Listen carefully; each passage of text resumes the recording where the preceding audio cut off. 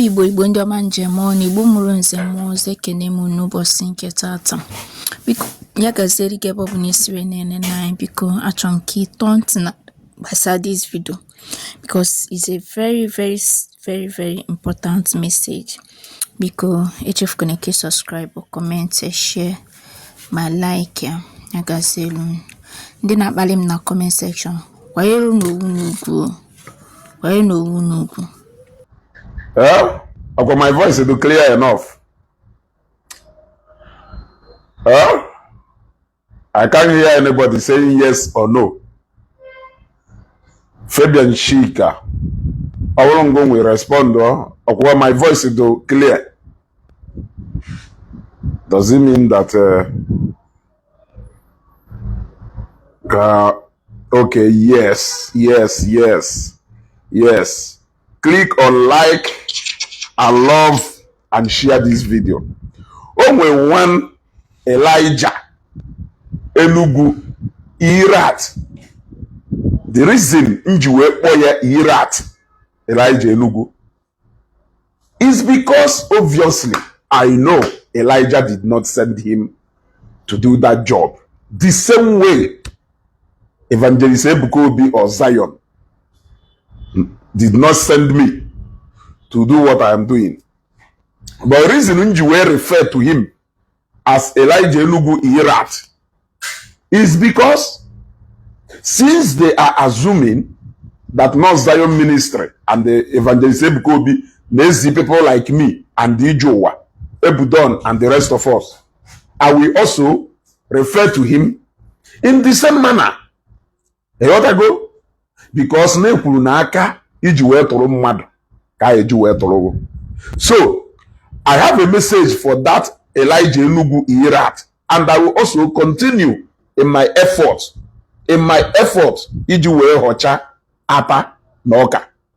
I want the Catholics not na my page to understand, like while I was on my way yesterday, somebody inboxed me and he was telling me to stop talking about Catholic Church and I should stop talking about Elijah Enugu. And what if I stop talking about Elijah Enugu and the Catholic Church? What will happen to those people who are talking about Evangelist Ebukobi? Now, for that, my brother sent in that message yesterday. I want you to understand in this particular broadcasting name and all the broadcasting megoleme, I am not talking against the Catholic Church. Rather, I am trying to differentiate personal interest of some few people, but using the umbrella of Catholic Church and the obedience to the church to cover their personal grievances against Evangelist Ebukobi. I repeat, I am even doing Catholic Church a favor by putting a disclaimer where they are supposed to act. It is me trying to differentiate the actions of these people, actions of Father Webe, actions and utterances of Elijah Enugu, actions and the utterances of so many people in order to move it away, to make people to understand that this is not the opinion of the Catholic Church. If this is the opinion of the Catholic Church, it should be the bishops and the necessary authorities talking and reacting to Evangelist Ebukobi the same way. The difference here is that in the Catholic Diocese of Enugu, it is the Catholic Church that are trying to checkmate the activities of Elijah Enugu. That is why you hear the bishop talking. That is why you see the church authority talking and responding in appropriate ways in order to caution some of his excesses. But when it comes to the side of Evangelist Ebukobi, it is not the Catholic Church, but rather few individuals who feel threatened by either the personality, success, and the influence of Evangelist Ebukobi few people who feel that they are going inferior because Evangelist Kobe is trying to exercise superiority over them. So if you are a Catholic and you are on my page, you should understand that what Ezugo is doing is not a fight against the Catholic Church, but a clarification so that people will know that these individuals are acting on their own. Did you see the game Father Webe Joy played in one of the videos he made where he was trying? There is a reason why I did not make that video. It's not as if I did not see when Ijua made that video. It's not as if I did not see when a lot of people made that video, assuming that if you look at the utterances of Father Webe Joy in that video, you can assume, one can assume that no, the Catholic bishops they send there. But I hold contrary my own opinion to that, though, contrary to, I know the game he is trying to play. So I cannot fall for that gimmicks on into believing that a Catholic bishop cannot speak direct to a Catholic brethren. Rather, he will send, if a Catholic bishop in Enugu diocese can address Father Mbaka, can call Father Mbaka, and the boy say, why can they address Ebuka direct? Especially when Ebuka is under the Lagos diocese, Catholic diocese of Lagos, where you will find more Yorubas who are not even in the same, are not within the same region with him. So if they want to Messiela Ike, they can do that because he will better nationality into play, or not nationality but race into this. You will see that they are not from the same place. So either ways, they will have little or nothing to lose as far as their conscience said, to decide or whatever. You want to go? Against one name gonna from the same region, then you will understand that hey, not one name majority. They can feel the same because he is not from the same region with them. So I am doing Catholic Church a favor by trying to deassociate these few individuals who are behaving in a certain manner, issuing out different utterances, people assuming, making people to believe that this is the position of the whole Catholics. So this is Ezugo trying to make a clarification so that people will understand clearly that these few individuals are acting out of their own personal interest in whichever region. It might be Okoka, it might be anything, but the fact is that their interest is different from the collective interest of the whole Catholic Church. That is why you will see some people from the Catholic Church, some are priests, some are sisters, some are brothers, also coming out to counter their claims.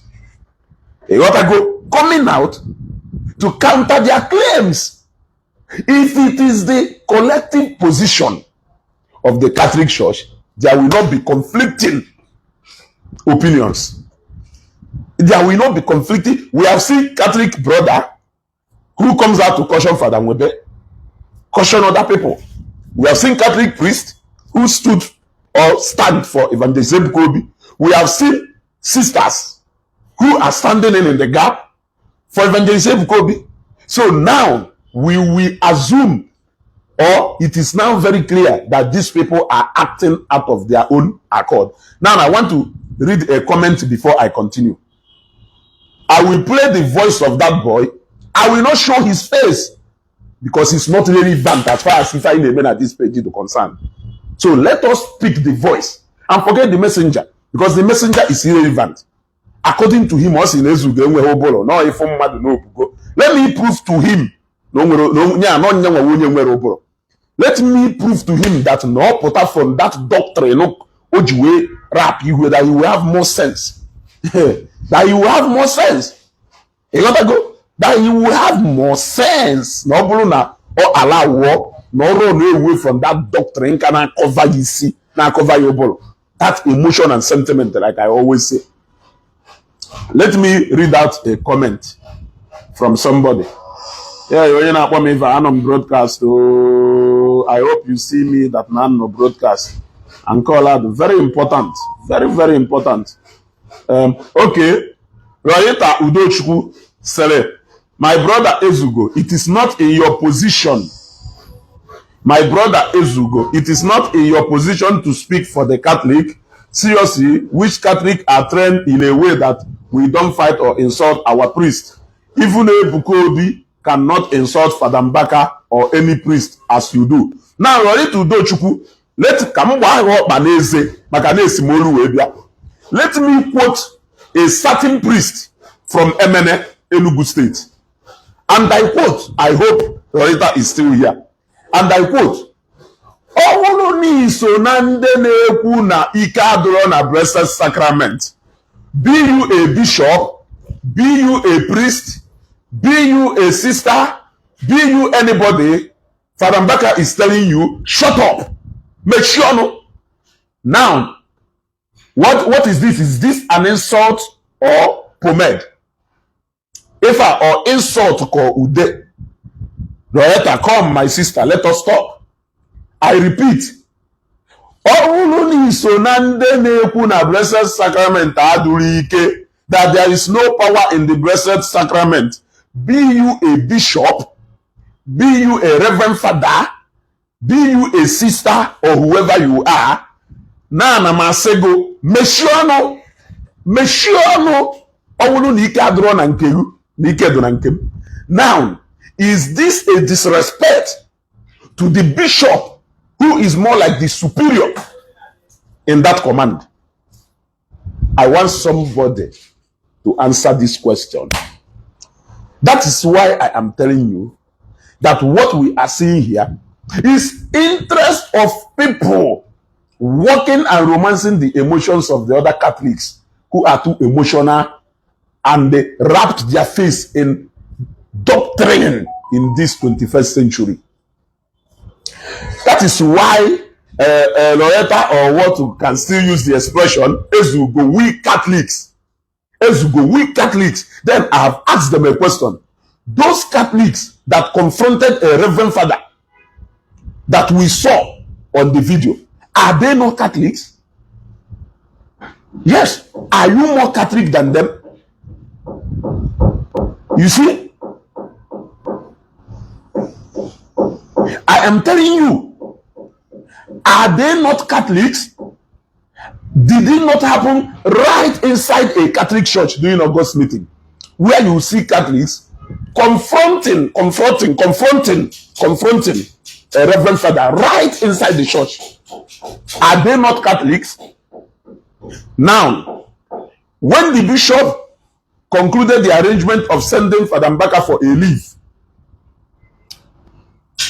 and the people demonstrated, they even went to the bishop court, they damaged properties, they damaged belongings of the church and the diocese and all this, in the way that they are protesting against the bishop's decision. Is that not disrespect to the highest authority in the Catholic Church? I am asking you people now. I am asking you people. Now, let me go to a reply that Irat from Enugu or wherever he is. But what I know is that he is obviously fighting so hard to protect the interests of Ndelugu. You gotta go. Only one Enugu and the Nishiaho. Because, believe me, I went to somewhere for a business transaction on Tuesday. And the person I went there with, who an adorer from Enugu. And we interacted so well. We did not fight each other. We did not beat each other. Our interaction was so perfect. You want to go? Belief, affiliation aside, it was strictly business we went for, and we kept it at that. We did not fight each other. So let me come down to where we are now. Look at what the guy said. Look at what the guy said.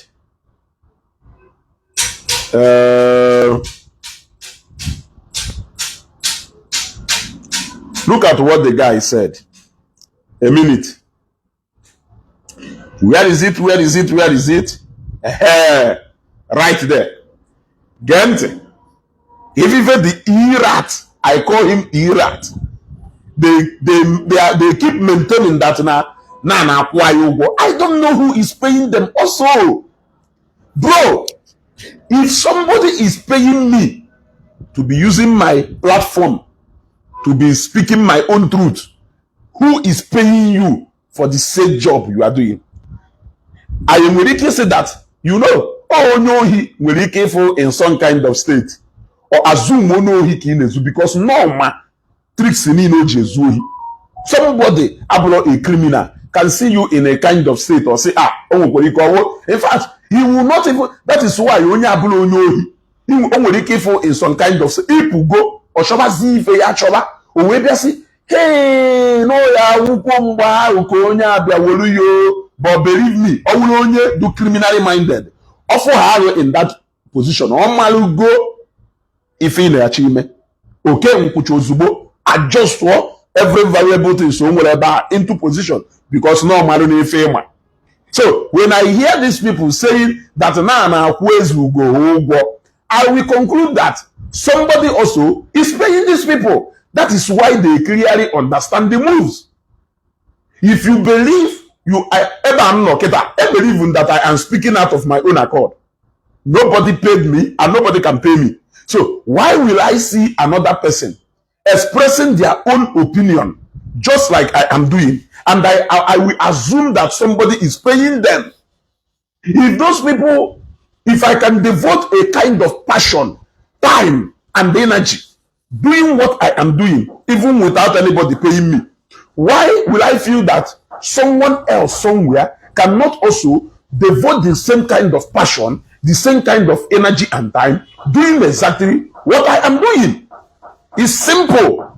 So let it be clear. Anybody you hear say they pay this person, yes, Onodoka, party chairman in the APC and party chairman in the PDP. So because all the same structure around the political parties. So my brother na-ekwu na akwụ ụgwọ mụ na ga-ada alụ ofife nna m onye na-akwụ ụgwọ na-akwụ ụgwọ na anala ego na-eri, but mụnwa wezugo you cannot buy me. Makwa ife ị na-ekwu ị ga-ego n'imu ife ya gba n'ụzọ ehika. Now let us hear how he mentioned Ezugo TV with as if Ezugo TV wụ boy here. I won't show his face because his face is irrelevant. So I don't need to show his face. But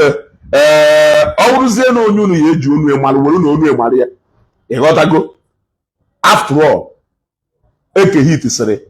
Aju na onye na-ekwu wolo nu mmadụ m. So wolo na onu onye na feri ọnụ a wee mara onye ọwụ. Let us go. You know that sometimes when I listen to your videos, you know that sometimes when I listen to your videos, I wonder whether you really talk, how you really defend people that makes so many people to actually engage with you. That makes so many people to actually engage with you.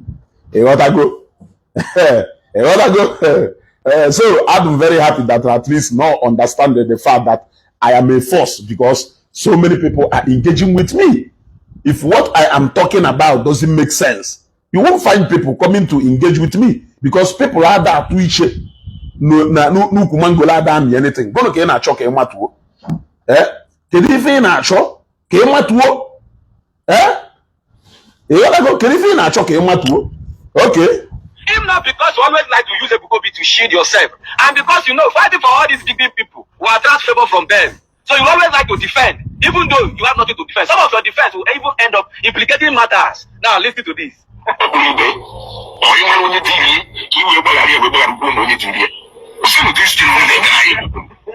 truth is that you are more interested in Onye TV. I don't hear what this boy talk. Because to me, a man not being measured by age. The man is. What did Ezugo say? Let me rephrase what Ezugo said, because I made that video and I know, when I made that video, click on like and love and share this video so that it will get to the one who made this video. Maria. That time, Ejio Geshi. We will continue with this video, but let me give you the foundation of where this guy picked this video or analyzed labor. When it comes to analyzing video, for the fact of it, you cannot take it away from Ezugo. It is a gift. It is a gift from God.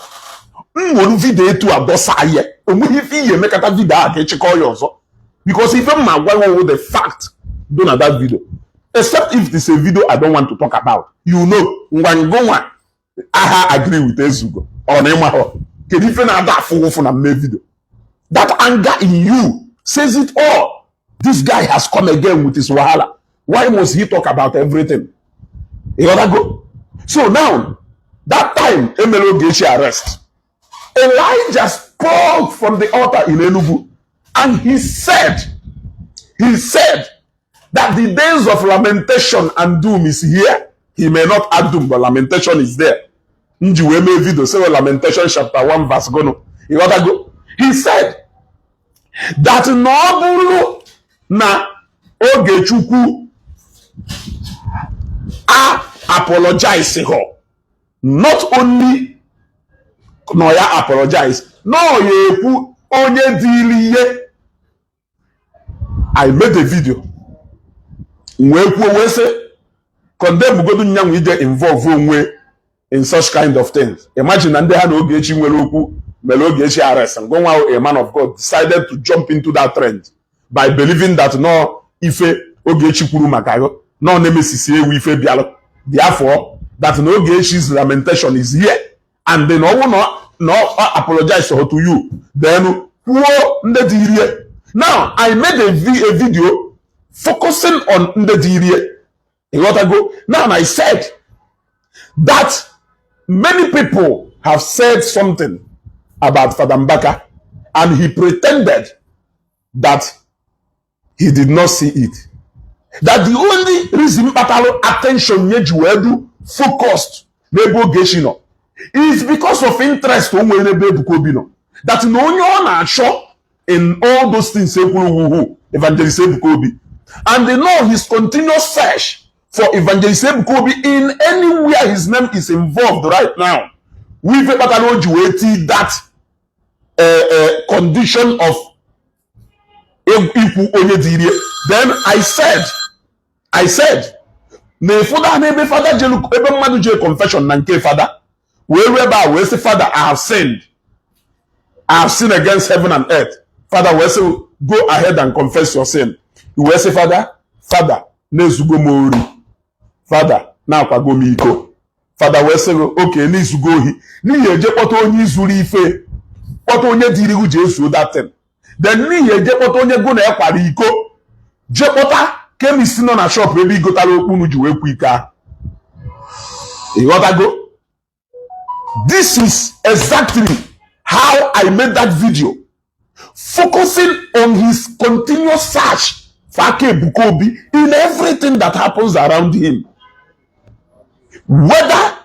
Because they have all concluded that when all of us are speaking, no Evangelist Bukobi wonye. So hence his continuous search for Ebukobi. But this Obo cannot comprehend that video, and he ended up saying here that not only intelligent people will understand this video, that his video is not for everybody. A minute. That his video is not for everybody. Let me share this video. Share this video. I told you people, if you are not intelligent enough, my video yada about reality. I hope you can reality.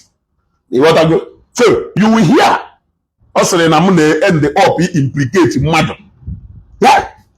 I made the state and even Kuludu as clear as a up water color. That's hello, wonder.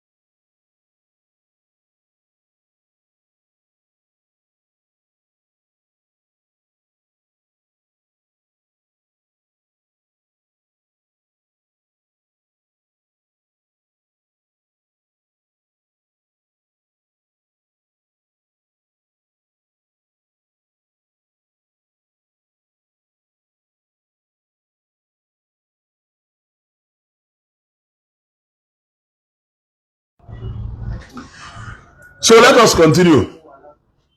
Sorry for the call.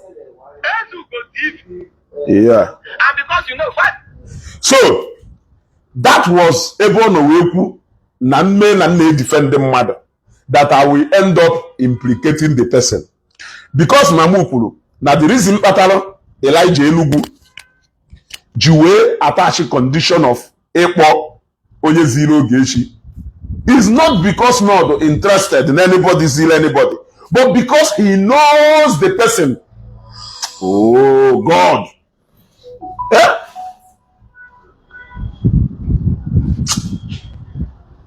But because he knows the person he's looking for, that was when the before.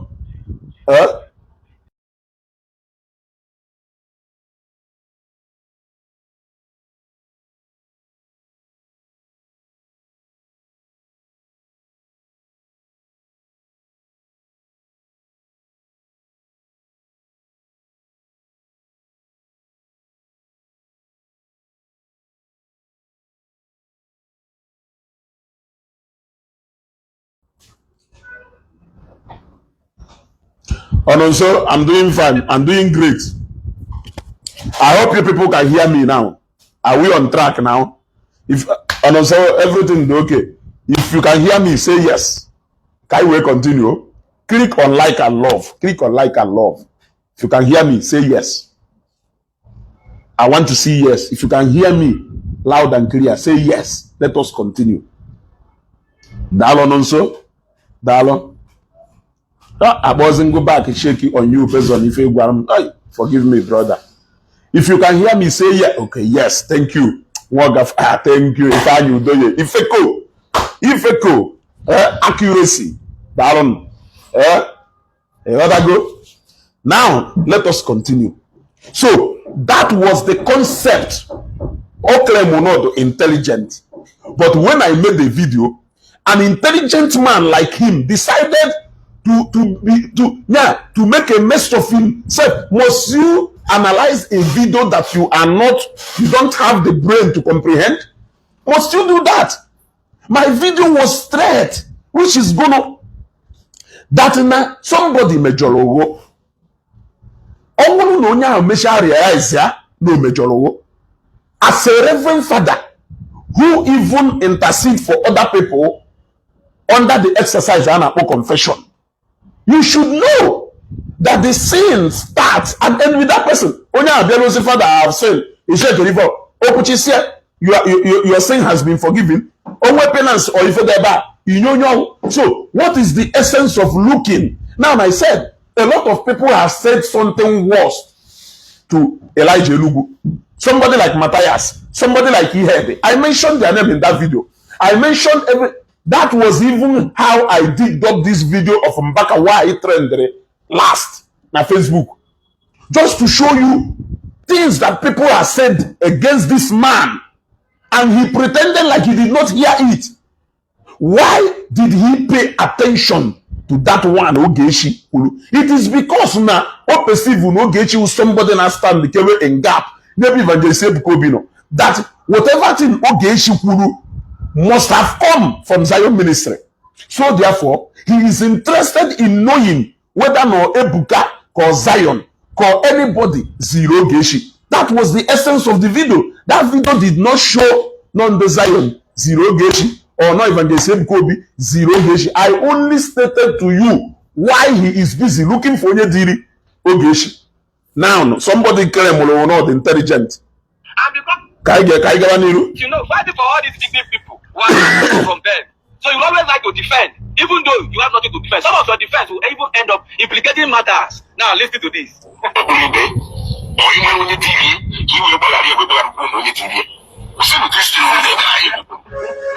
is that you are more interested in unity. Now don't hear what this boy talk.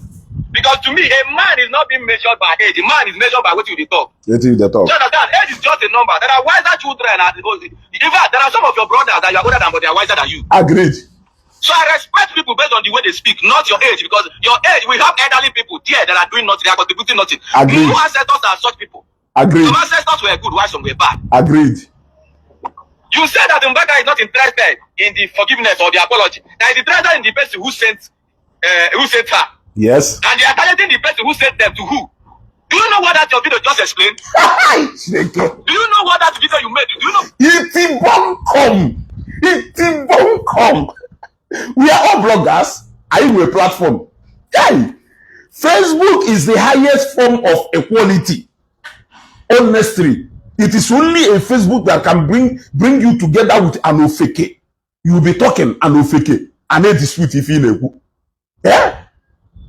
A simple video that is clear that I said as a reverend father, let us take it on a simpler form. That Namadu Majolo as a reverend father, Onya barely apologize to you. No Onya decide to apologize to you. A Jovaye Makonye Didier. I asked you, say, oh, we shot as you Onye Didier. He will forgive Onya, forgive Onye Didier. Since Nanyawa I realize go ni ifo melu adohoma. I am saying no Onya will ifo melu adohomo. Because I like analyze my video. And analyze Enya based on the intellectual part of it and the common. Yeah, let us assume that on a normal that this is what it is. Let us assume that actually nonya mejologo and nonya yabia meru yogun bagalo. Mwejo say onya abia yogun bagalo. Ebo nonya realize go ni ifo meru ado hom abia yogun bagalo. Kerifi ji onye diriye as a reverend father. Obviously onya nwere ko realize bodo you know nwere ifo meru. So since heaven and the eternity is personal, salvation is personal. Way to personal. Like I will do 5 commit a sin. Or 1 moment realizing even I have been saved by confessing and being forgiven. The other 4 people had to be saved because they haven't yet realized and turned back from their sin. My video was such an intelligent one that not everybody can comprehend. But I believe name will remove good and the intelligent followers. That is why Adama so utoko iwo will make video, but find out what even name. You ought to go. Now, that was the aim of that video. To show you that okay, she can say something out of her own. If I can say something out of my own, whatever. But now, if a Baba Juwedo interested in Akeronye Diriwu, he is looking for every single way to get the name of Evangelist Ebukobi mentioned in anything. Now, how can you honestly, somebody who is this thirsty for vengeance, somebody who is this thirsty to get somebody implicated, how can you honestly believe no, so many things in our plant, he will implicate this person? Can I honestly say no? Because in everything you do, we see you continuously looking for how you are going to get the hand of this person up on something. That is why you are not interested in somebody who is against you. Coming out to say, no, I'm not sorry for saying it. But you are more interested in the person mentioning the name of another person who did not say anything to your hearing. Somebody said me wonyohi. You are now interested in knowing Kelonya. Suppose in Nonya and Eba and Angomanya, a weapon you wonyohi. So he should come and tell you, no according to them and Eba and Angomanya. Kongolonya will lose the fire, you make sure mission. The video is very, very simple. But let us hear if you about it. Just explain. Do you know what that video you made? Do you know what he's talking about? Even if Mbaka is interested on who has been sending people to bring him down, are you meant to make that video and call it defending? Look at. J-Pack made the video, allegation full it. Governor made the video, allegation full it. All guys are made the video, allegation full it. All of them, when they were making this video, was as if they were studying your man of God. Okay, so all of them that are making videos against Evangelist Ebukobi, allegation no full am. Na Evangelist Ebukobi wunya diri lovet. Ko bia kuo nam. Na no anamabe. E shogepo. Okay, erando ego le go. Mbabia wole ego.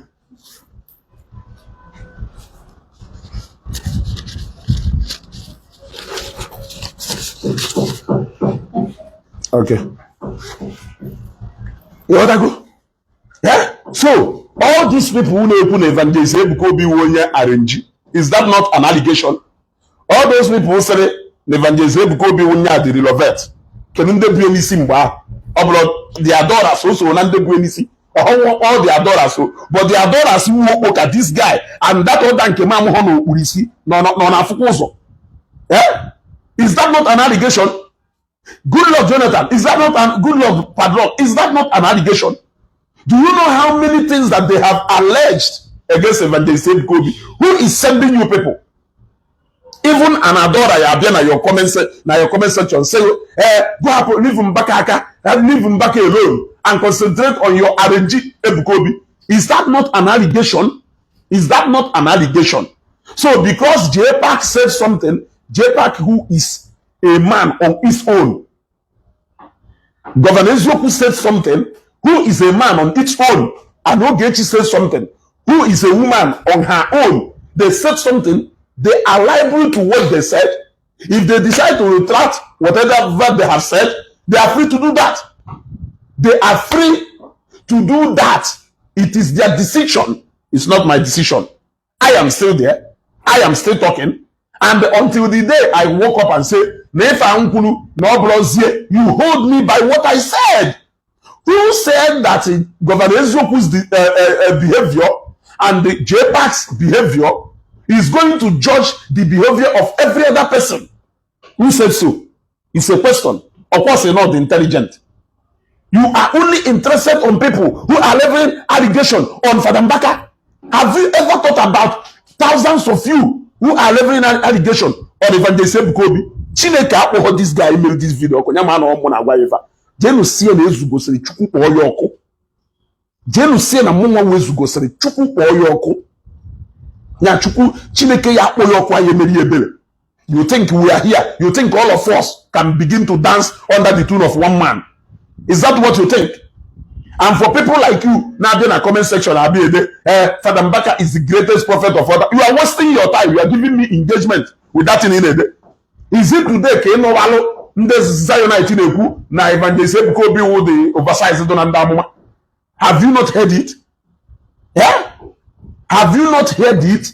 So whether you say that Father Mbaka is the greatest, or Father Mbaka is the Elijah of our time, or Father Mbaka is the super, what is my business? That is where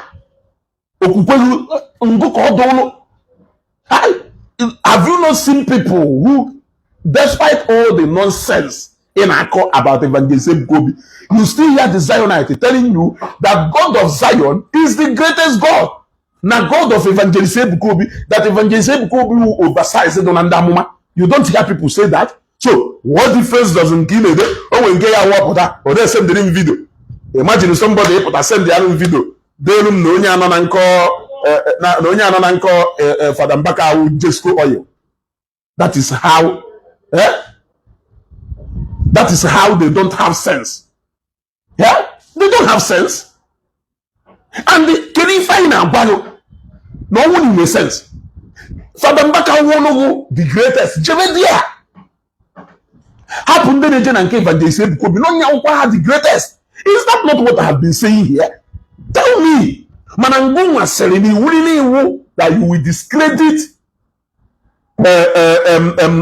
Ebuka, then why you are trying to uphold one, which is Father Mbaka? We're saying, no, you are lying. You are lying. If that is your own judgment, people will also take another judgment on your spiritual father. Now you will come back when they take that judgment to come and tell us how Father Mbaka is the greatest. Have I not told you that Evangelist Ebuka Obi is oversized on Andamuma? Ima even oversized on Andamuma. Yeah? There is even one Obiara. They play a video. These people do so daft. I don't know why some of the bloggers, according to them, I don't know why Adoration Enugu has decided to get the most daft set of bloggers. People who cannot think beyond their emotion. Yeah? They cannot think, they cannot reason, they cannot even think too deep. Brain will just say to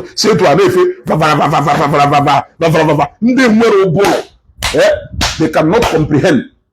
You brought a video, Evangelist Ebuka Obi when some people were up against Father Mbaka, he made that video in solidarity by telling people that they should leave Father Mbaka alone. That Father Mbaka is a prophet of God.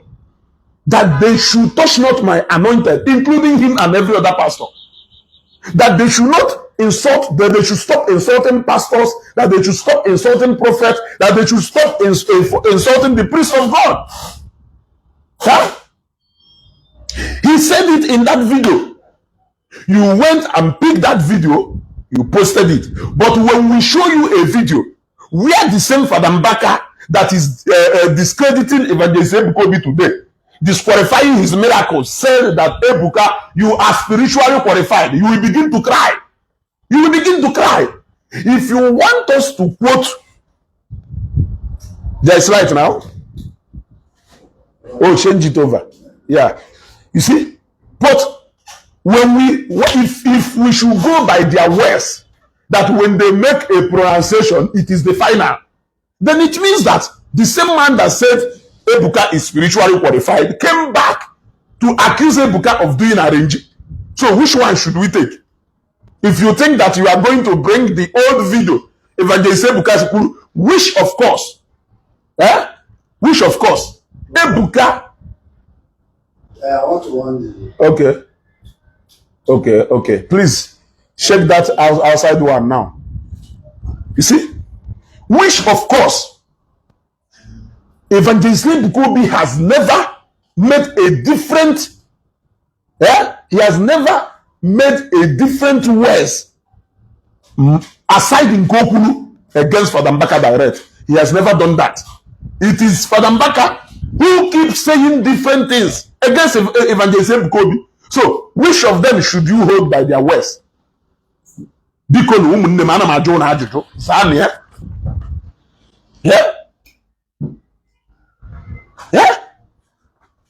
Which among these two are you going to say that since Evangelist Ebukobi was child, Father Mbaka, have you ever seen a boy put on an altar? Now channel open to him. But when you got Kuchalo, look at him, he kept on opening it until it is clear that no one go, hey, this guy is going to play this music now and damage my.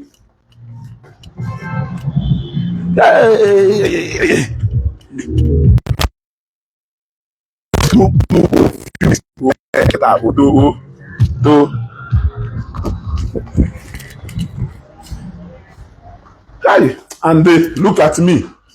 I was going there to tell him to stop the music. Then I went with my mic. So the mic is even going to bring. My God.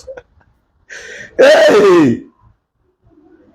So you see, Evangelist Ebukobi has never made any remark directing it direct to Evangelist Ebukobi, to Father Mbaka. So I wonder what will happen the day he will mount his altar and send message direct to him. What is going to happen that day? Anyway, what you say, boy. How else will you people understand that no the problem? How else are you people going to understand? No the problem.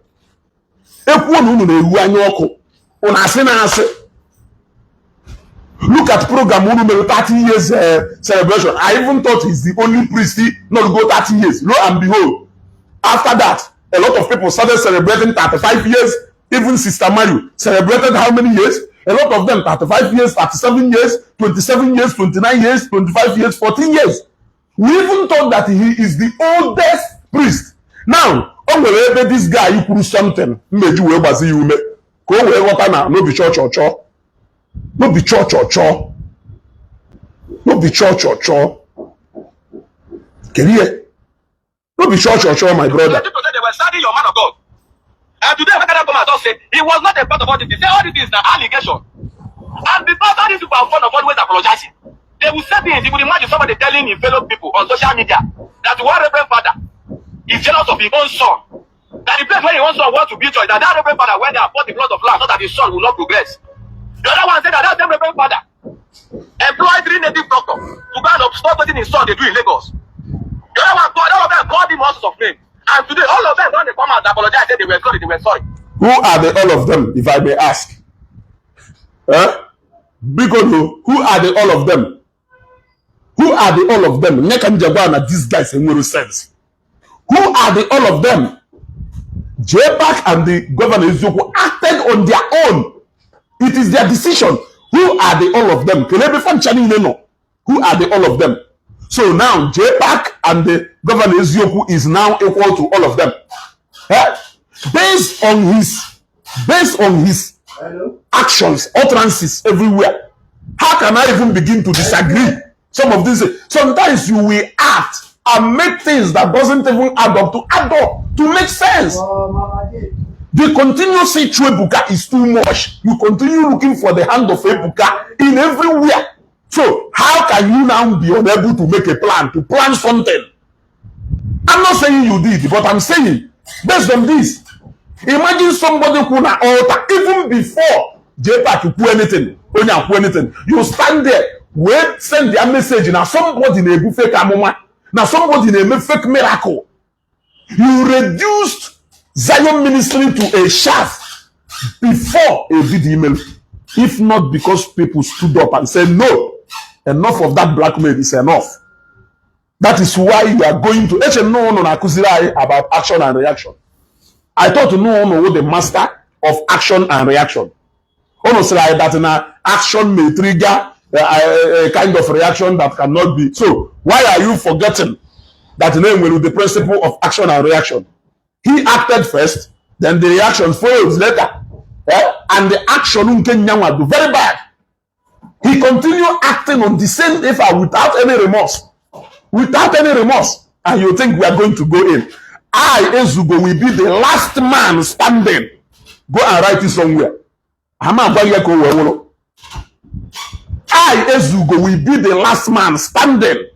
Even while I'm going to meet my maker at my 100 years, 120 years, I will still be preaching the same thing to you. Why going to meet my maker? Allegation. Anything. Yeah? Because no na gwa bro mmadu onye no na gwa wan wo fe ko onwo human feeling nani for na amara chonchonchom yeti mmadu ife. Yeah? Yeti mmadu ife onafu bogo ni ife. This is just the beginning. This is just the beginning. Onafu bo ife. Onu ni ile ye mecha go bloggers. Tai we malo ife ya duzi ishewu kelego ne Zion na akwu kelego ne Adoration na akwu. I will man only aka who is paid higher between monago. That should now come to question of Blozy and Akumo and Akumo. Because if you said I'm feeding from their pocket of who is paying you, my friend? Who is paying you to bring out such time? Because it seems like you know how valuable people's time do. And that is why you feel like me wasting my own. That's it. Made for something. Then what are you doing your own for? Listen. All of them don't they come out? Governor Ezioku and JPAC. How all of them don't they come out? How many of them? How many of them? Do you know even how many people that are speaking against that word from Enugu? Do you know how many people? Do you know how many people that are speaking against Father Nwebe? But is they on? I'm coming, make I see him later, make I round up. Yeah? Do you know how many people that are condemning the actions of Father Nwebe? But you people refuse to see something bad in that. Because you are emotionally blind. Get it straight and get it right. Zion ministry outgrow go adoration Enugu times 2, times 3. There's nothing you can do about it. Overtaking is allowed. Overtaking is allowed. I told you about somebody. Sinaka Mwebia Zambia. And I'm telling you that an equal one na scale today. Now this person you go times 100. Go again. All I need to do is to be happy. I posted his house here. Go and look at that house. I posted about a month, 2 months ago. Go and look at that house.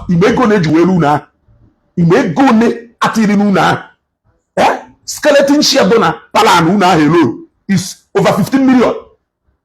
We are not talking about every other thing do now. Jenny exactly that house we post through now my page. Could you believe no now walk through me because we be Zambia? All I need to do is to be happy. All I need to do is to be happy. Mkpọrọ nkịta asị ngo bịa ụbọchị ọ ya anata kịta ọ nata n'olube akpọrọ ngosi gị biko bịa ka ijegodu na nke na this guy wukwo tụrụ m ka o si wee bịa sam bịa. How else are you going to respect me if not if I take you to his house? Ịbata na that house will humble you. That house humbles you. You say, hey, Nezugo. So not through you. In Yafuzim as Ezugi in Afum. Does Yafum in another form. That is where do people even get energy to begin to jealous and envy another person? Where do you get that energy? Is it that you don't know that the many people that came out through you, who they are, what they have become, will even add more to prestige and respect him as a man? Are you not aware?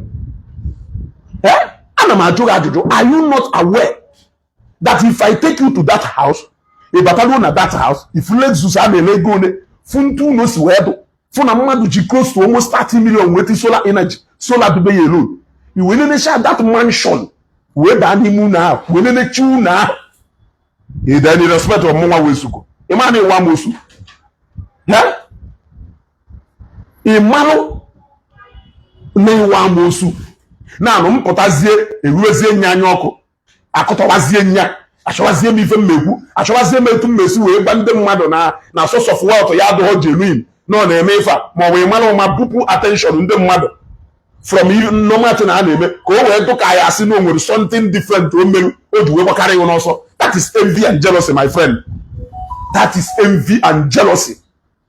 I posted the house on my platform because na the house malụmma na-ego ka eji wee. It is a beautiful mansion. Yes. And don't need a lot of commitment for somebody to be able to put that edifice down there. This is one of the things you will not see or hear from people. You want to go? Okay, we see na go na here no ko obodo ị nọ n'alụ. Obodo ị nọ n'alụ if you got 2 or 3 years before onye ahụ wee bịa. Kere ife imegidere onye ahụ ji wee gbawazi ọsọ, wee gbakarị ahụ n'ọsọ. Egwuregwu ka ị na-egwu. But overtaking is allowed. And don't now we finish okwu n'Enugu and Lagos here. Spiritual son na na-ekwu spiritual son na na-ekwu. Evangelist Ebuka Obi gbakwu na ya onye inspire ya. Onye buru amụma ife ọ ya wụta. Who mentored him? Now the only thing is that he went to Enugu to go and pay homage and respect to Mbaka. There, Mbaka saw the gift in him. We see, Ebuka, you are spiritually qualified. The same way Father Father Ebemonso said that Ebuka is the John the Baptist of our time. So, if you termed Ebuka to be the spiritual son of Father Mbaka because he said, Ebuka, you are spiritually qualified, and he anointed him, I am asking you, what will you call Ebubemonso, who said you are the John the Baptist of our time?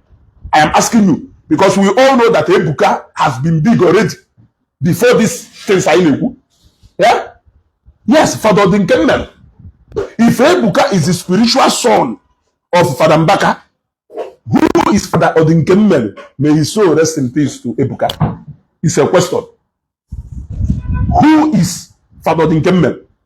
Imagine when the time of Lovett, we took it upon himself. Could dig shop whether hand away full of that. Could dig? He continued digging until the day he lost his searchlight. When they dig everywhere. Yes. He continued digging until the day Oluzu the satellite. When they dig, go away shorter. I can't desire any female of it. No kata ayadazi know anything. We stopped hearing anything. Yeah? That is how mischievous these people can be. Yeah? That is how mischievous these people can be. You want to go? Let me check if I can see that on a phone now. I will continue. This thing will disconnect. You want to go? You want to go? They continued looking for who sent Lovett. All the way from Kelobodono. Yeah? All the way from that place. He was sending money to Enugu, sending people to location. Eba follow Lovett. Elwe back, ewe prove Kelufada. Who said no Fada Mbaka ka afọ na mirror? Did anybody say no for Fada Mbaka na mirror? It is them who alleged ọkwa ha nwapụtakwa na-eti mkpu the same way onye nọ na Lagos si wee kwuo maka ọfachara fancha. Then we assumed no na-agwa Ebuka, ha si anyị na ọhọ Ebuka ka ọ na-agba. That is the same way brother Chibuike si wee kwuo maka akwa onye yi akwa Fada afro na enyinyo. They also assumed no Elijah ka a na-agba. So let us get this fast straight. If you say that na Mbaka is spiritual father of Ebuka, who is Father Odinkem to Ebuka? And if because he said Ebuka, you are spiritually qualified, no Nyamerie Ojuewolo, spiritual father of Evangelist Ebuka, what of Ebube Monsokulu? Ebuka, you are the John the Baptist of our time. What of Father Webejo Ikulu? Ebuka, you are an asset to the church. Because you can't say that Father Bemonso is a small fish. You can't say that. He's a big fish, my friend. He's a big fish. Ebuka na call short in Lagos. Father Mbaka na call short in Enugu. Bemonso na call the short in Anambra State. So only one and will able dominated. The only difference is that Ebuka knows worldwide. Ebuka Nozioduko worldwide. Ebuka was the interstate, intercontinent. All Ebuka was it. You gotta go. All Ebuka was it. Which, of course, it is a plus to the church. It shouldn't be a virtue that people should attack in any form. That is an asset to the church. It is not just an asset to Zion, but it is an asset to the church. Whatever Adeboye, Oyedepo, and the likes of them are doing is an asset to the church, not to their own personal name. Because no to Chukwu Kaile Belu. So let us get this straight. Let us continue because no one if this one ban Chukwu Nchorokando Yanya. Today, all of them don't come out and apologize, say they were sorry. If Mbaka asked for who has been sending them, did he ask wrong? Yes, I understand the part that you said that one of us should focus on Christ. I understand the part that you said you know how many souls that your daddy is leading to Christ. So I'm happy that you understand the fact that I'm even making sense. So if all of us should focus on Christ, where do you think we started getting it wrong?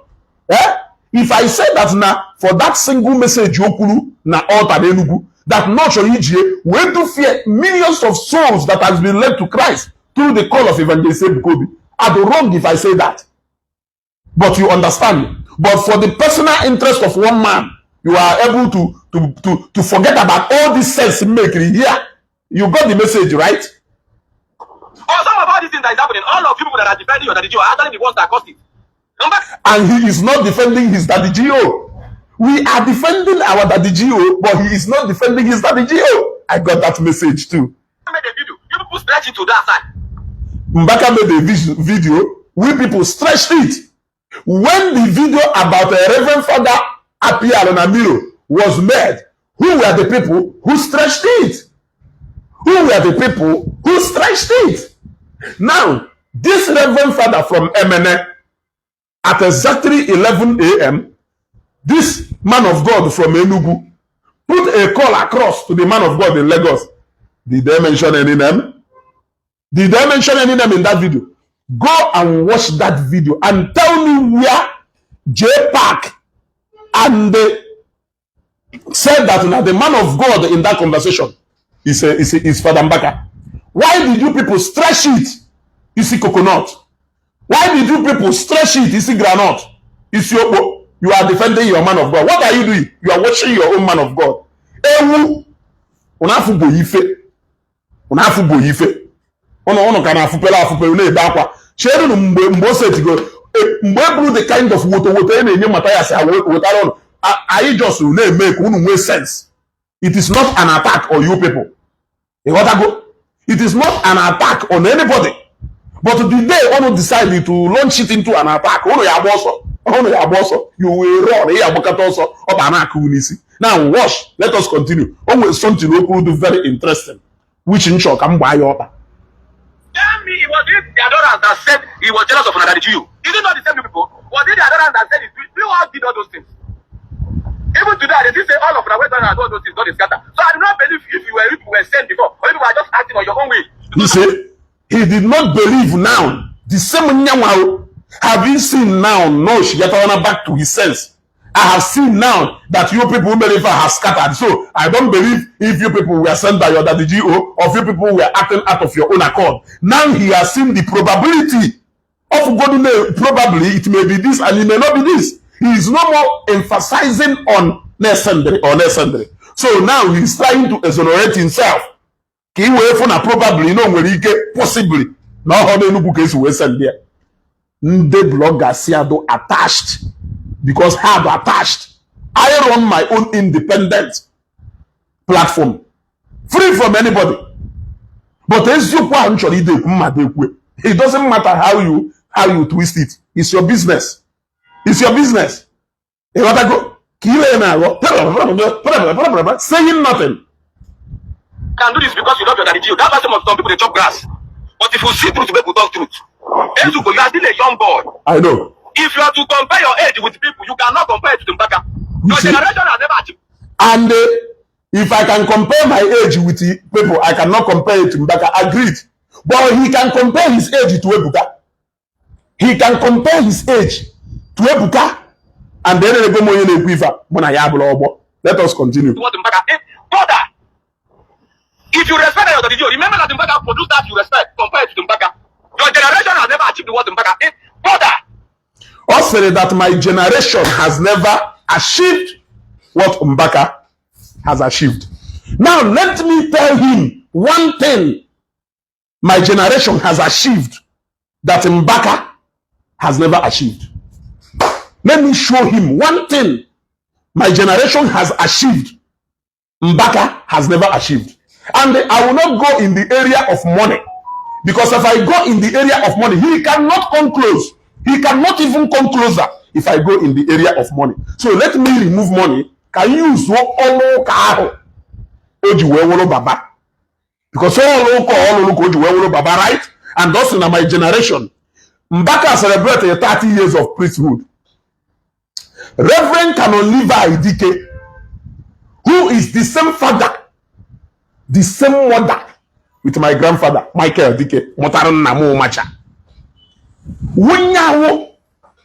The first Anglican priest who are gonna Newi produce, and the second in the whole Newi. It is a record. No Nyawa with the first Anglican priest who are Gubaye, Nukutu Ebe produce. One. Number two, the second in the whole Newi, it is a record that Mbaka has never broken till date. Now, two, let me go to another thing.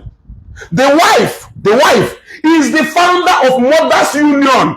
Now, the whole Newi diocese.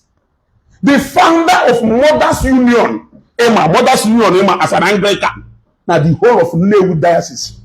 It is on record that when the founder of Mothers Union, as far as Anglican Communion is concerned, Dr. Mrs. Philip came to Nigeria sometime 1999-2000. Upon the arrival at Bishop Court, they drove her straight to Bay Kalondike at St. Mary's. Ebaho, Ebujelie, Oje will gift to your mama before we will other places. So we Bishop Ozodike Ben go there. Nobody around Father Mbaka has ever broken this record too.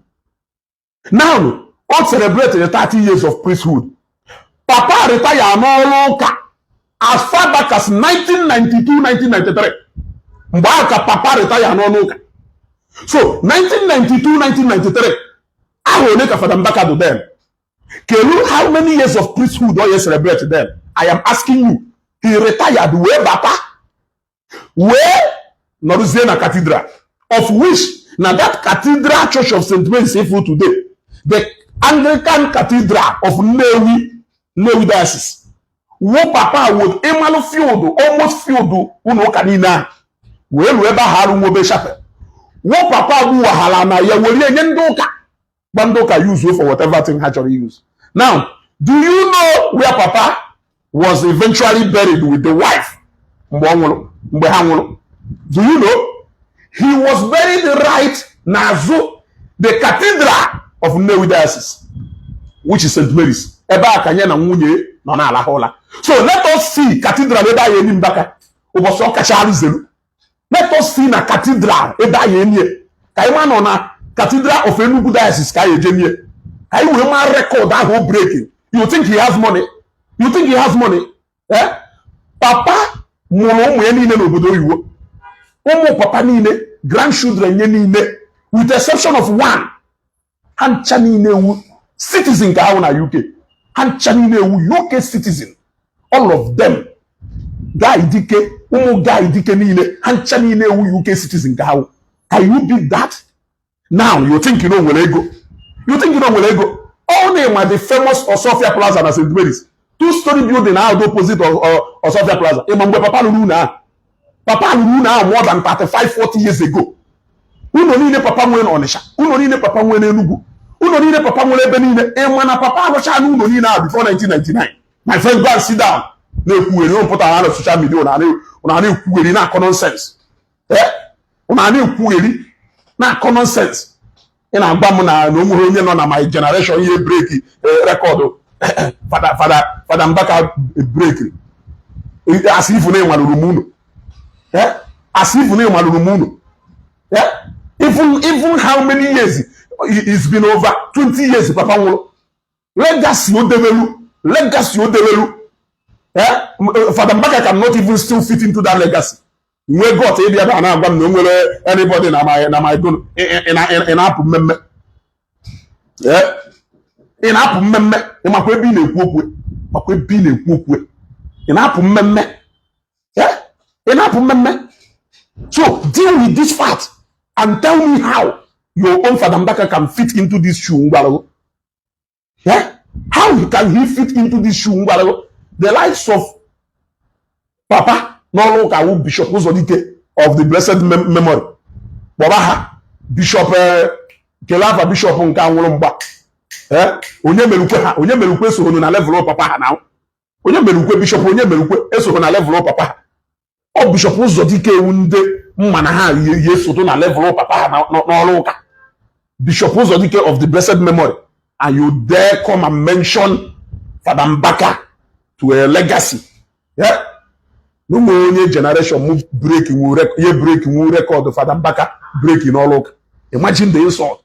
Ebe can live a decade did na so cathedral alahola. With munye yo. My friend, go and sit down.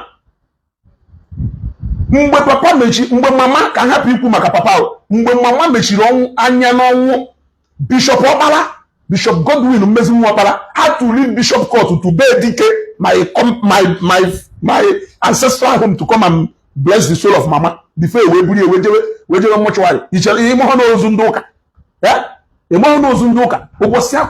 bishop who picked up the coastal bosses, KJ Buhabia, on the Diocese, Ebony no Joloka, even Enugu, Imuno no Enugu, Mwabia Loka, Enugu, Father Mbaka Ochigo Father, Kanajo, Mwabia Loka, Enugu, Father Mbaka, Ochigo Father, Papa Bialoka, Enugu. In my properties, only Papa Enugu. Na ne kuweri ono pota na social media na ne nyegale mpoto ofodo pota ha sego na generation niile na onye do ka Matthias Matthias lo chalo for the kinu bosi a na celebrate na the whole of Facebook echefo na even na some families yi na ekwu no ndelulu godai no ndelulu Father Mbaka no nwe nde nwecharu no mana Banana Island mana Ikoyi mana Lekki. On a dit que nous avons béni. Nous chefons nos property yawo. Anan kete hamwelu golu no Matthias given and has from families where pota. Umoko. Your generation has never achieved the word Mbaka. If you respect your tradition, remember that Mbaka produced that you respect. Onye gba no produce here ofeke. Who told you na Father Mbaka produce evangelist Ebukobi? Ask yourself. Kelonye Ebukobi will before he visit Adoration Enugu. Ebukobi is already making them everywhere. That is even why you are able to watch that video. ọsọsọ nya wonye jegolu Fada Webe ojeho ugboro one na nke Fada Mbaka ngwa video ahụ Webe niile ajụrụ nga ajụjụ Fada Webe did Fada Mbaka not say something about Fada Webe even before Fada Webe visited Enugu ngwa na ife ahụ okwuru Webe niile ife ahụ okwuru maka ya wụ trend Webe niile. If you think that na Ebuka adubolo big before he went to kedu ife na-eme na Zion emewebe na Zion before Ebuka went to Enugu to go and see Fada Mbaka. I want you to tell me who produce here noise makers because now the moon make for one day I had a new fat to fat. Do you know that if any evangelist Ebuka be na Victory Estate here Bamo no Webo before he came to Bamo the expansion before he came to Enugu. Tell me. So in Webo Zion American branch, Zion UK branch, in Webo they started coming into place after he visited Enugu. Is that what you are telling me? In Webo brain. Is that what you are telling me? Who told you that it was him who made Ebuka? Who even told you that he came into light with his net? When was that video made? When was that video? Ebuka, you are spiritually qualified. When was that video made? Let me tell you who Ebuka is or was before that video. Umokoko. I don't know how some of people think on this social media. You are defending and your defending is rubbish and some people are clapping for you. That's why you always be surprised how a Mumu person will still get followers. And you don't be surprised because there are Mumu people everywhere. That's why my videos are not for low mentality. This one off me. Also, my videos are not for low mentality. Promas. Now say my video are not for low mentality. Hankanka doctrine, Fada Mbaka. You think that Fada Mbaka is? There are people who don't even give a fuck about him. There are a lot of people who don't know him and they don't want to know him. There are people who don't know him and they don't want to know him. They don't even care to know him. It is a reality. Look at 2017 Unko Bosia. Though 2017 Unko Bosia to Tata 2025. Is it not about give and take it? Or 8 years or 7 years plus? Can we find on a Zion ground that? Adore 8 years ago. What is 8 years ago? Can you remember what? It's over how many years now? Can you remember why? It's over how many years now? Who are these people? Who are these people? Who are these people? 2017 unko bosia. Ka Fada Mbaka make Ebuka.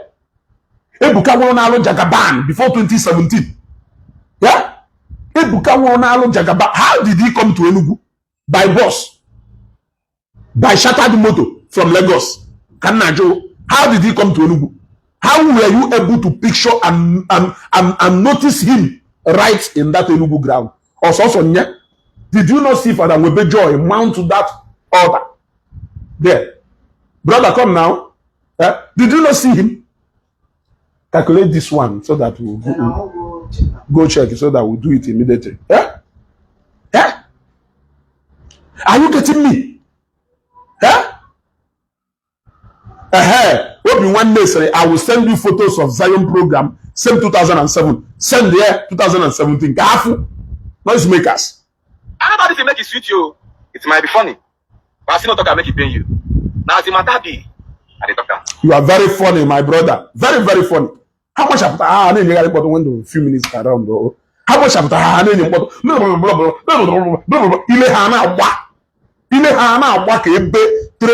break. Check is the substance of his hand. They'll be talking nonsense. Talking nonsense. Yeah? I am not for baby. Yeah? I am not look, let me tell you. Okay, man, don't will be Oma, will be Sarasari Kafadokunele, or Ebubemonsoha. People who don't care about competition or whatever. People who don't want to have superior or dominate. Yeah? Those people who don't will be Sarasari. Or somebody will go on with the sword. The blinded followers who claim.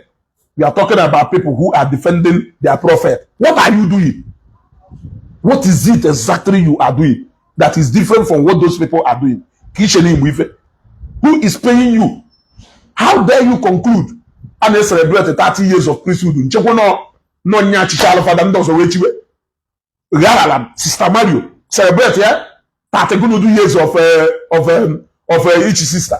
And another person celebrate for how many years? No, what can I celebrate?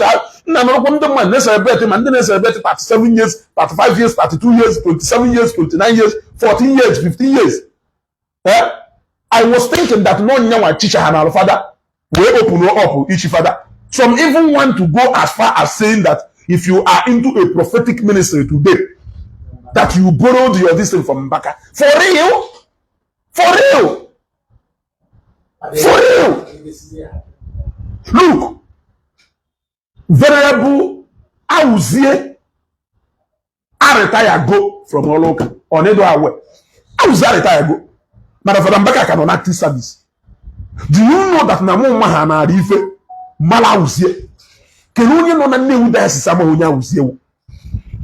From DCC, epụta na DCC, ndị mmadụ na-elodu moto, na-esi ụkpọ, na-esi ihe ala, na-esi so many places, were abịa DCC. Esi from DCC, wojeye St. Matthew Ozobolo. Si from St. Matthew Ozobolo, wote na Cathedral Church, ebe ono were retire. Yeah? Will you talk about Umuabaya? Adeboye? Kelafa nka nwụrụ anwụ raised the likes of Adeboye. Kelafa that man. Mba, Afe Babalola awo Benson Dahosa. You will talk about Dahosa. Yeah? You will now talk about Fade Defa. Your papa. Oh, your papa call. Oh, your papa now. On a school year go. You will talk about Fade Defa. You will talk about so many people before you even come and start talking about Mbaka. Somebody now say now anybody okay, now we go to Nonya under the Catholic Church. Who is Father Mbaka to compare to Father Ede? Who is Father Mbaka to compare to Father Ede? But the moment he came up, Father Ede no way,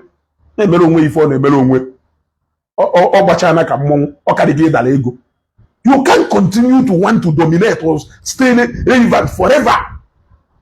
When the younger ones come up, you should allow them to possess. You know, you see, Onya say, I'm from Orifte. We used to go to Newi because of our ministry. Somebody now saying no one into prophetic ministry that you must have learned or borrowed one thing from Father Mbaka. You people are overrating that man. Let me put it this way. Go and sit down. Now someone against a father, but a father can talk against a bishop. A father can challenge a bishop. Eh? On woli sunu ne social media doctor na. Owuru ni so na ndeleje adoration elugu na uonu una akwe na Mbaka na oko again. Na uonu n'ime because people are opening old wounds. Agbogo mun na nke na we kacha mi we is that good luck is bad luck and Buhari is the Messiah. So ngwa wonye adoration na akwu n'elu na ebuka abula amuma maka Lovet. Go and look for Lovet. Nwe ju onu. You may go akpara is 5,000 and go 100. Eh? Ana maju ajụjụ. Eh?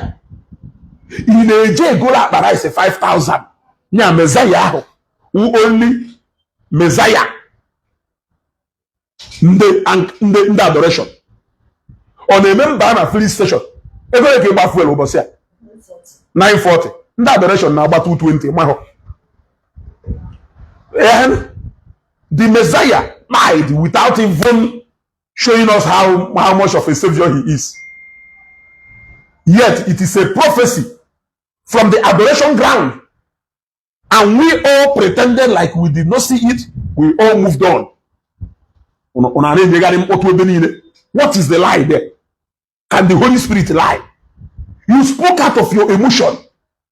Now, I am coming back on a program today. Let me tell you how he is disrespecting the church by continuously participating in politics. According to Catholic law or doctrine, a father cannot be partisan into politics. He cannot be a partisan politician. But he is participating actively. He even went to the villa to go and see president after the president won the election. He was a full-time politician in Enugu during the time of Chimaroke Nnamani. He engaged aggressively in the politics that influenced the election of Ige Hakim, and the Rocha won. He campaigned vigorously for President Buhari against Jonathan. He is a participant in the election, this thing that brought Khilafah Onwa in Imo State. And when the church tries to control him, he will try to show or flex his muscle against the church, not carry the whole church. I am going to read an article that was issued by the Catholic Diocese of Enugu State against the same person we are talking about. If he is not disrespecting the church, how can a whole Diocese of Enugu issue a whole how many pages article against the same person? How?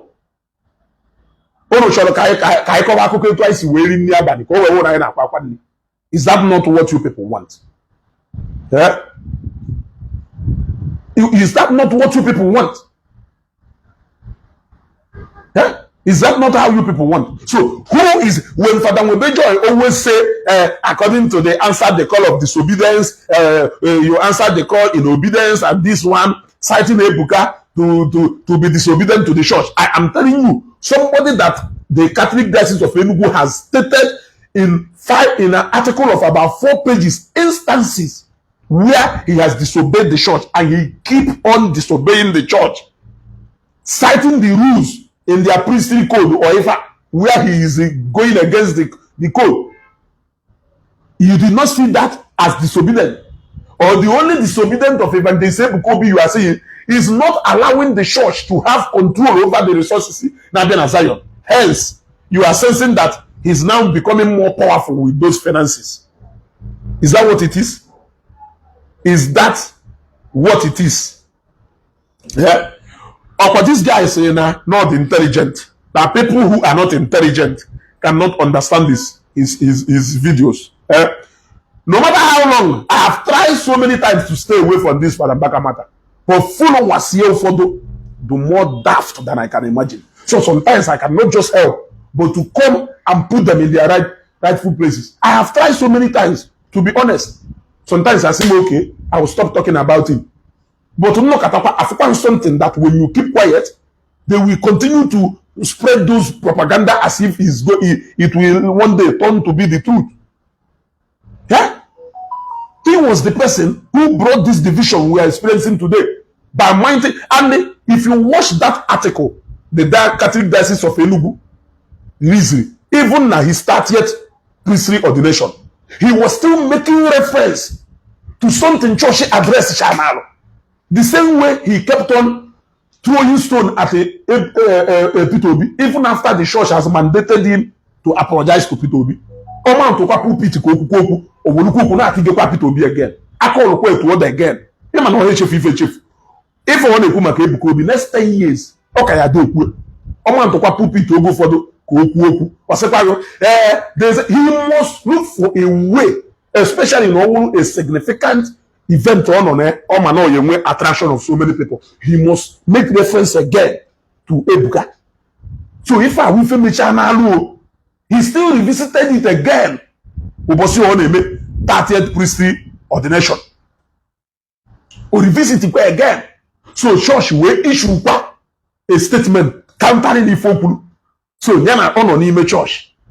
Yana church na flesh muscle onyeka. Ona church go see church na okafa. Go see church know what it takes. But in a church can go one dominate the Enugu with everyone. Just je ko Ebuka mpi. Ebuka mana ni debe ahụ na ha na ife ịbata America ndị members agbara ufi na America. Ebe ibu Europe ebe ọ na-ebara. O nwere ihe na-agba n'osiki ike na-ebia be ndị ba ya one. Ọkụ m na ahụ nọ na moto nwe me video. What can you see in that glass? You see more of Zion stickers na shops ndị mmadụ, na moto ndị mmadụ, na business places ndị mmadụ, na home ndị mmadụ, more than any show sticker again. You wanna go? You wanna go? That is it. So it is not a hidden something that the evangelist Ebuka Obi to design to take over from TB Joshua. the Synagogue Church of All Nations.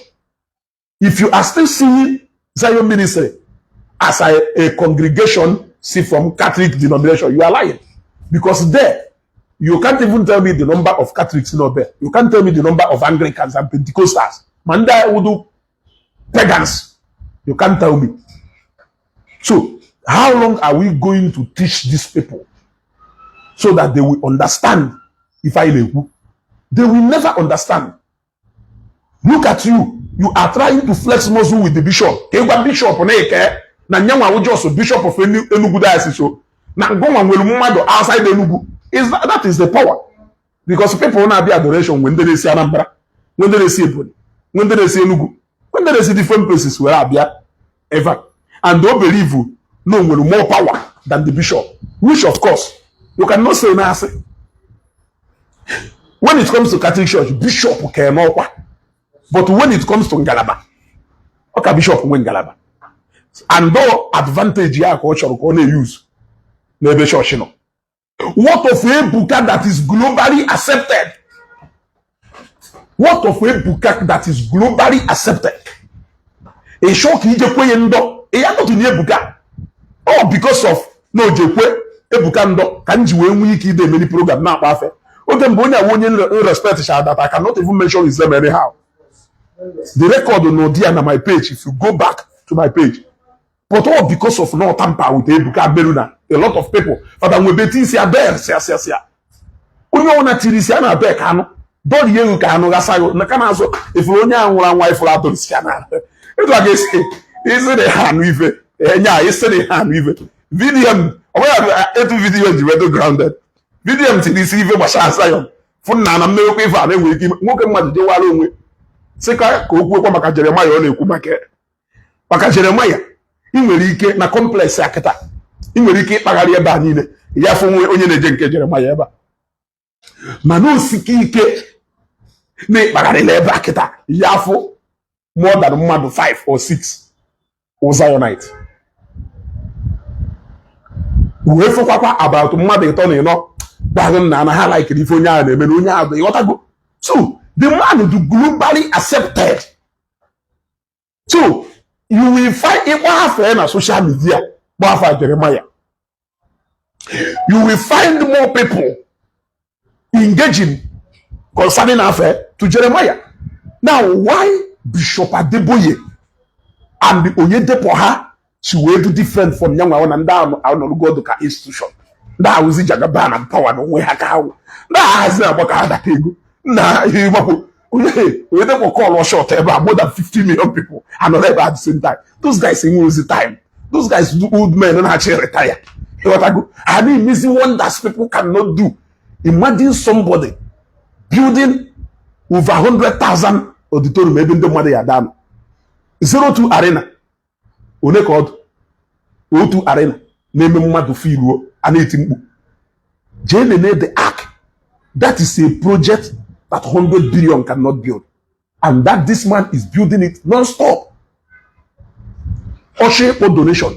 Or say, I want 10 of my children here or 20 of my children here who can give me 1 billion each. I want another 20 people who can give me or say no how many million? 100 million. Not choosing. He knows the kind of children also go. Oh man, and they will tell. Winners Chapel, you can hardly see them doing donation. If any major Winners Chapel na Zambia, in fact, the Winners Chapel self a go tife, yendo bodo can do bodo webioka. Because in my case, I plant church here, like in church here plant in Zambia. Church secure time. It's in a headquarter here. Will they go where they want the church? Unless no even congregation and they're capable of raising money to build the church. Man, Buddha, I'm an hang with Bungaraba. Well, Zambia, more than 5 no change as or go to Dino. If all the interested women are na biscuit ya hoyaka, na basok. Now we fall HCK. So I'm not encouraging her to have your worker. It's in a headquarters, but will they go? Will you all of church ya law? See the headquarters, but will they go? We go to Toyota Regios, pastor son Abana Habia. So Adeboye manu nwego ocho 200 billion now. Oye take 1 hour. Ega habia o manu nwele umase do capable of you there. If I was if you take in that years to build, they are more like an institution. If you go after them now, you are going after a lot of people. They have people every year. They have people who do you want different class, different levels. You cannot just go and say these are people who have raised men, who have tutored men. Even some of these powerful pastors saying for today, millions of members are respecting them. Even if their members cannot give them that money, those pastors can give them that money. But in a Kowarienda, Father Water, there were levels to this things and the other fail we never. Can they not if you know see Melunaga? See Melunaga. I want to go to somewhere because now one day I'm here Misike around. I'm not gonna go Misike. You gotta go. So I want to go to somewhere. Nchiyatakwa ebubutakwa Monday hammer. Tell me what that guy na make us video or if all the query. Manager sun choka mpocha konye bebe ebo bilongo. Ampocha konye je ebo bilongo. When we come back, we will talk about disobedience to the church gogo. Where one man is trying to control the entire diocese of Enugu. Enagwangono.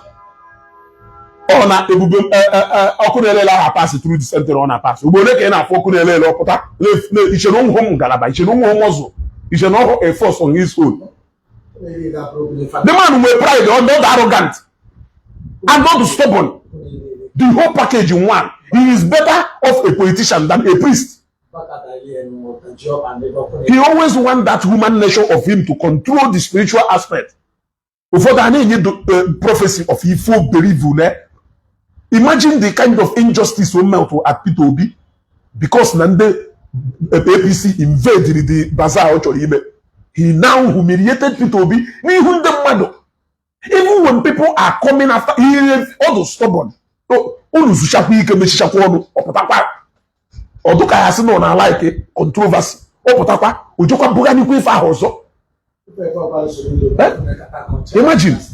Imagine he apologizes to P2B openly. Never say no force na mandate. So meaning that he did not even apologize to P2B out of his own accord. Imagine somebody P2B nyelaka weje one day ankom hawenye time because of loan or default loan nya na the Union Bank. Mgba ahụ ji weje buwa amụma na Union Bank ye fail. All problem go nya na the Union Bank and they mana no dem mmadụ go na mmadụ nwe problem. Or if you nwere ka ye ju wenu so nya ahụ. So nyawa so to some extent they use those numbers so well and the believer people will born when I fight the people and people will think that it is the Holy Spirit speaking. But this is the human nature. You can't do anything about it. You can only control it if you have control of your emotion. You want to go? Now the default on alone now go na hand on a log ahead. They are almost at the verge of confiscating your asset. Now if mmadụ je wetara m court judgment enyelu against Union Bank. Ọta aka amcom na Ifeanyi Uba nọrọ na court. Onweta court judgment ole ebe court rule go that AMCON should pay Ifeanyi Uba so amount of money. Ejekwa na another court atọ etu aka asi wee no back and forth until such a time federal government decided to withdraw the charges how well against Ifeanyi Uba. It is the same etu aka AMCOM si eme. So now, due to involvement in P2B, AMCOM now agreed to allow him to pay that money out of his own,